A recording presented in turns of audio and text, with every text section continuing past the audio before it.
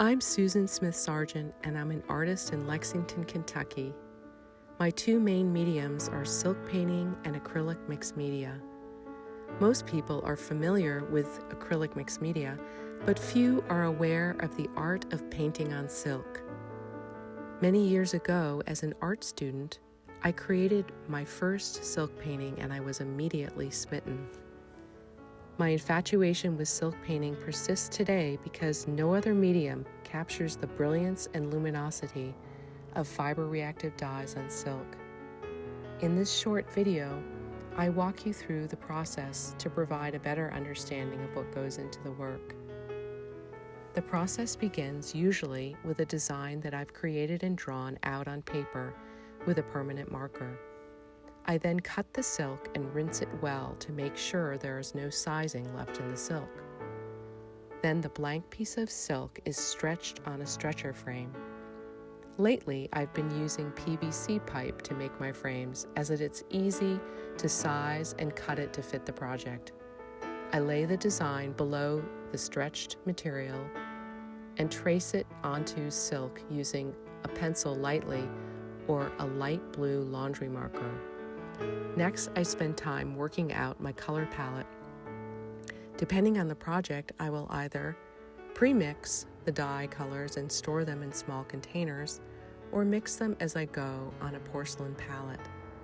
To define lines and shapes in a composition, I often use a water-based resist called Gutta, spelled G-U-T-T-A. It's applied with a brush or squeeze bottle and creates holding lines or fences that prevent the dye from spreading beyond drawn shape or area. Interesting fact, the Gouda that I'm currently using is made from sea algae. These resist lines are applied either directly to the white silk or on top of thin dye-painted lines. The latter method is called underpainting, and it is done to avoid having white outlines around the forms. Once the Gouda is applied to the entire painting, ensuring that there are no gaps where the dye can leak out of the intended area, I can then apply the dye to all the outline areas and the background to complete the painting. After the painting is finished, it's time to wrap the painted silk in protective paper and steam it for 1 to 3 hours, depending on the type of dye used. This process helps to permanently bond the dye molecules with the silk fibers, making the dyes color-fast and washable. This process is crucial for ensuring the longevity and vibrancy of the dyed silk. Once the silk is steamed and rinsed, it can be worn as a scarf, sewn into a garment or pillow, or finished as wall art. I recently discovered a method for bonding silk directly to canvas using a special liquid medium. Although the soft hand of the silk is lost, it allows me to create paintings on canvas that are archival and very durable.